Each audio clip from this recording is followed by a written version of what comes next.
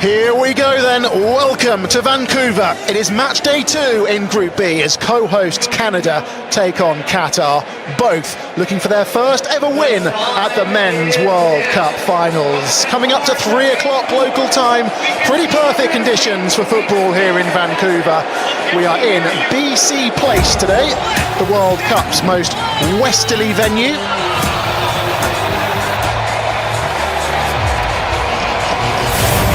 We're on Canada's west coast here in British Columbia. It is Canada's third largest city.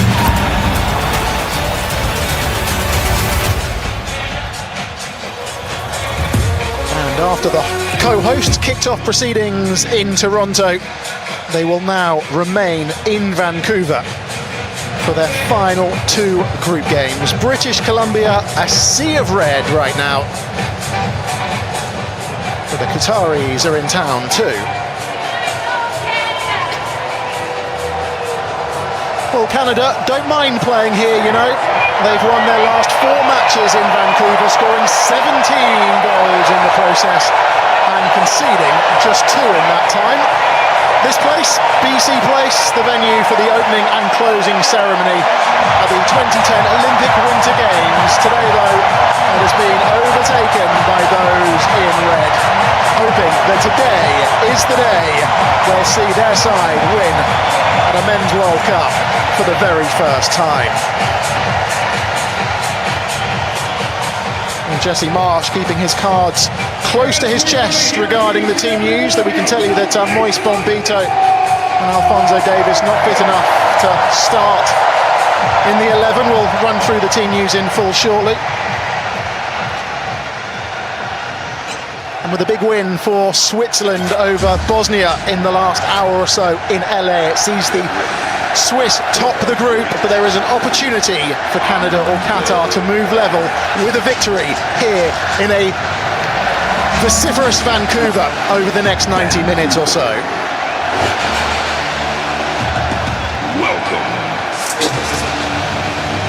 Well, not long to go now. The 2 sides in the tunnel. Alongside me, Paul Scott, for this one is Casey Stoney, the head coach of the Canadian national women's team.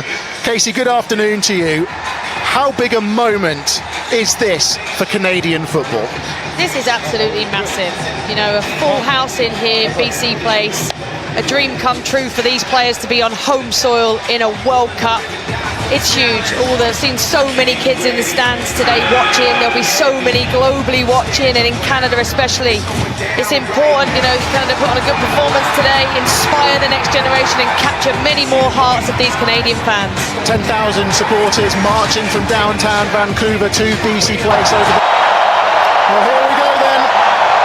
Qatar became just the second host nation to get knocked out in the group stage. Looking for Buchanan, but that will be shepherded behind by Ahmed and behind for a goal kick. Yeah, just a little bit more patience needed, I think. Houston's got time to line up the cross. It's off of Ahmed and behind for the first corner of the contest. Cross. There's a man over on the ball. Afif looking to try and make things happen. He skips away from Cornelius and the Canadian defender brings him down, and that's going to be a set piece to Qatar and the first booking of the contest.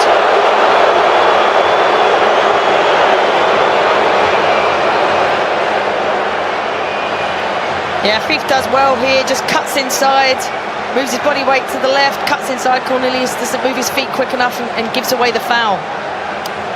25 yards. Deflects off the wall and behind for a corner to Qatar. Another opportunity for Qatar to just keep putting the pressure on. And little triangles from Canada. Buchanan takes the tumble. Ahmed concedes the free kick. And I'm surprised if that's not a yellow card, because it's definitely a shirt pull. He's pulled him back. He knows he's beaten. He pulls him back. Towards the 6-yard area. The volley's blocked. Is he going to spin behind? Qatar prevent the corner.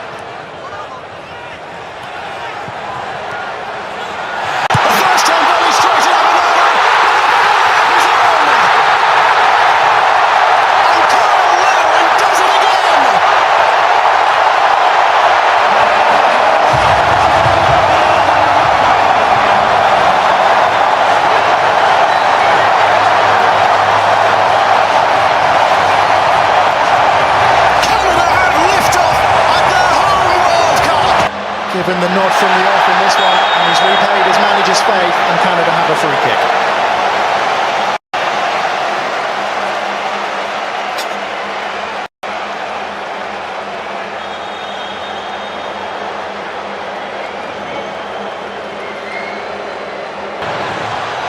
Beats a ball in. Off of Canada head and behind it goes.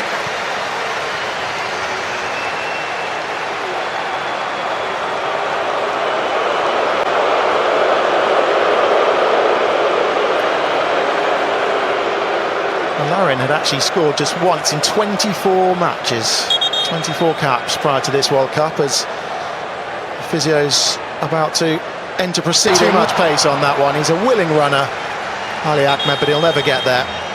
And now it is time for the hydration break.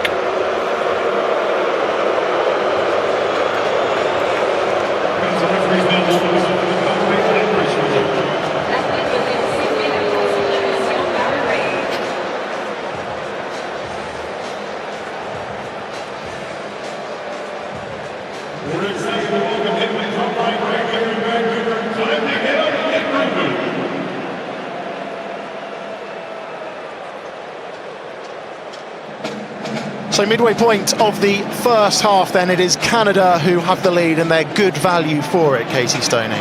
Yeah, I thought Qatar started quite brightly, had a couple of transition moments where they caused a little bit of panic in the Canadian back four, but since then I think Canada have took control.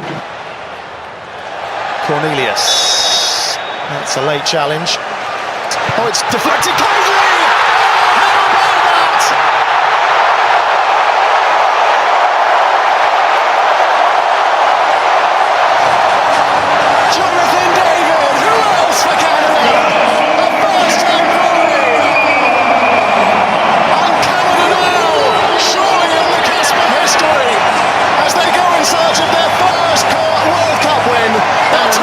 Onside and in behind, down he goes, vociferous appeals for a penalty, and the referee points to the spot.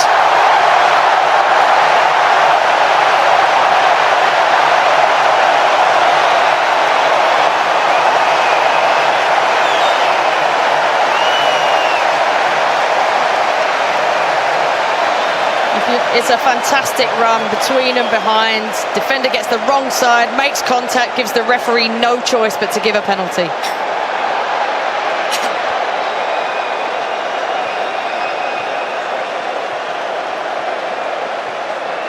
It's a yellow card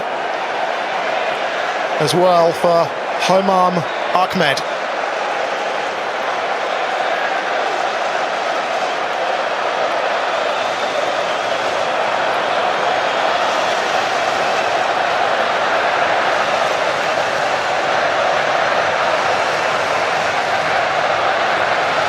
Wonderful run from Buchanan, who made his way from out wide through the middle. Just appeared from nowhere, didn't he? Yeah, I think it is Almoez Ali, and it's over the bar.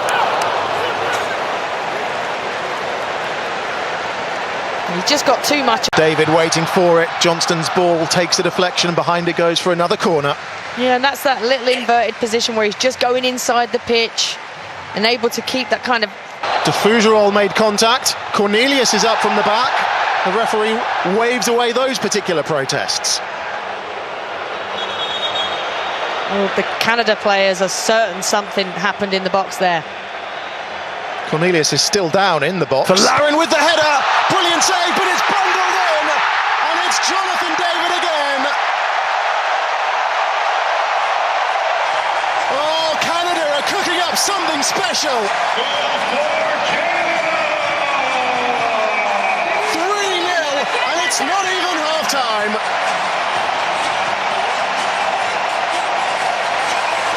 And he's got nowhere to go. Every run that's gone between a centre-back and a full-back or a wing-back just hasn't been tracked. So Canada can just go wide, play in behind, and then they can cut the ball back and arrive into spaces to score goals. Qatar got to start tracking runners and defending the box better. For Canada, and a welcome return for Moise Bombito, who's about to enter proceedings. Good to see him back.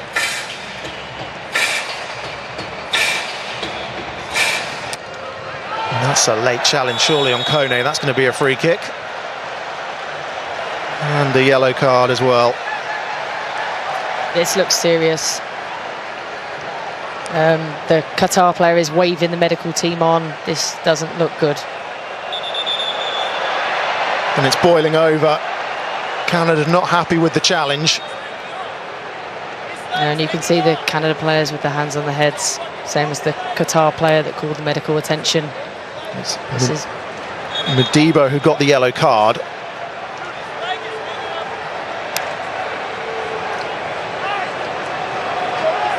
You can see the captain, Stefan Estecchio, there looking on.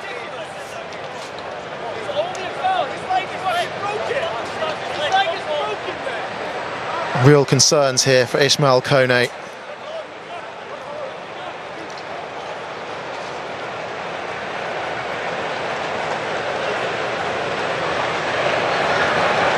It was an instant reaction, wasn't it, from both sets of players? Yeah, it was. The nearest player definitely looked very concerned. This player with their hands on their heads. You can see that something is seriously wrong.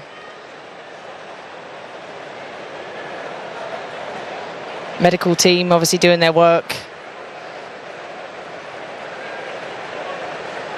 Well, Modibo got the yellow card. He's got his hands on his head. This is the last thing that shot from distance, way off target, and there was another late challenge there, and it's another free kick. And it's another yellow card. Yes, again, it's starting to boil over. I think the players are getting a little bit frustrated at the late tackles. Qatar defenders go into ground. And again, he makes no contact with the ball there, full contact on the player. It is Saliba, and in it goes!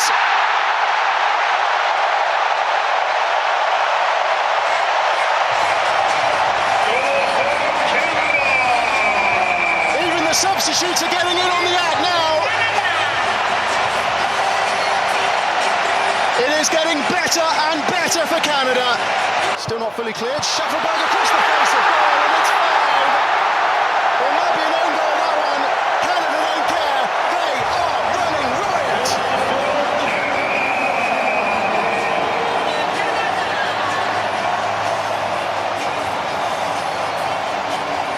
Five of the best in Vancouver. And Qatar's day's just gone from bad. Shufflebug drags that one wide, but why not? Yeah, if the space is there and no one's coming out to pressure. Ball doesn't find Larin, and Shufflebug snatches at it and sends it behind for a goal kick.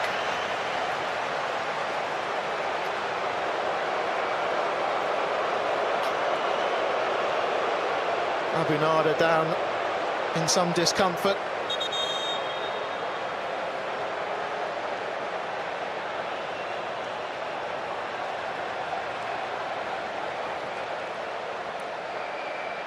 A shake of the head. Under Jesse Marsh have delivered. قصيرة صليبة والعرضية تتحول إلى خارج الملعب إلى الركلة ركنية. ركلة ركنية. هذه المباراة الثانية في هذا الملعب، سيحتضن أيضا مباراة منتخب مصر. Flag stays down.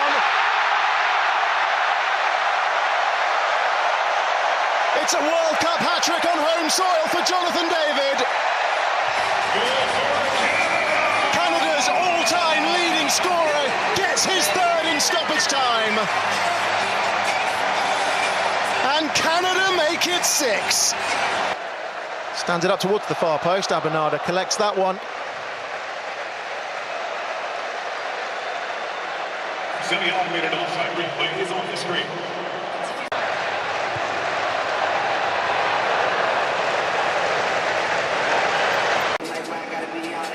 But Casey Stoney, your thoughts on what has turned out to be a wonderful but slightly perhaps mixed afternoon for Canada. Very competent performance, complete control throughout. Obviously a variation of goal scorers and a variety of goals in different ways. Obviously the sad part is the injury to Ismail Kone, which you know, hopefully isn't too serious. Like you say, we'll wait to find out, but that has put a blemish on this afternoon. But these Canadian supporters came to be entertained, and they were entertained. 6 goals, a clean sheet, lots of positives to take into the next game, and I'm sure Jesse Marsh will be extremely proud of his players.